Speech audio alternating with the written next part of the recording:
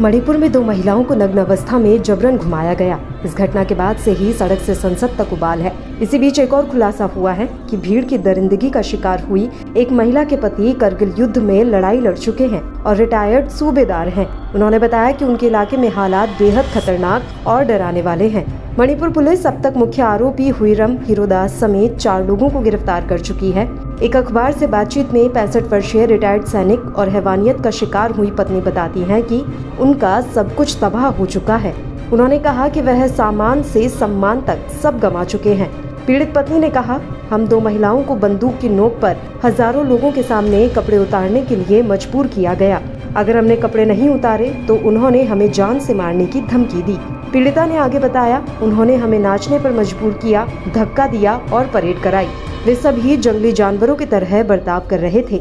पूर्व सैनिक का कहना है, वह डिप्रेशन में चली गई थी, लेकिन हमारे बच्चों की चिंता करनी थी, इसलिए वह सामान्य होने की कोशिश कर रही है।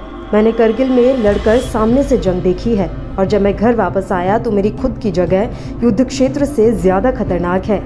वे 4 मई को हमारे गांव में आए और घरों को आग लगाना शुरू कर दिया। सभी गांव वाले जान बचाने के लिए यहां से भागे। मेरी पत्नी मुझसे अलग हो गई और 4 अन्य गांव वालों के साथ जंगल में पेड़ के पीछे छिप गई। कुछ हमलावरों ने हमारी बकरियों, सुअरों और मुर्गियों को पकड़ा और गाँव में भी गए, जहाँ मेरी पत्नी और अन्य लोगों को खोज कर बंदी बना लिया। पूर्व सैनिक ने हैवानों की भीड़ को याद किया और बताया कि मैं देख सकता था कि वे पत्नी और अन्य 4 लोगों को कुछ दूरी पर ले गए।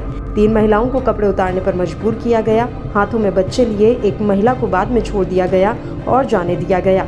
भीड़ ने कम उम्र की महिला का उत्पीड़न करने की कोशिश की और जब उसके भाई और पिता ने दखल दिया तो उन्हें मार दिया गया। हैवानों की हैवानियत करीब 2 से 3 घंटों तक चली। वह देर रात अपनी पत्नी से नागा गाँव में मिले। फिलहाल पति पत्नी चूड़ा चांदपुर में राहत शिविर में रह रहे हैं।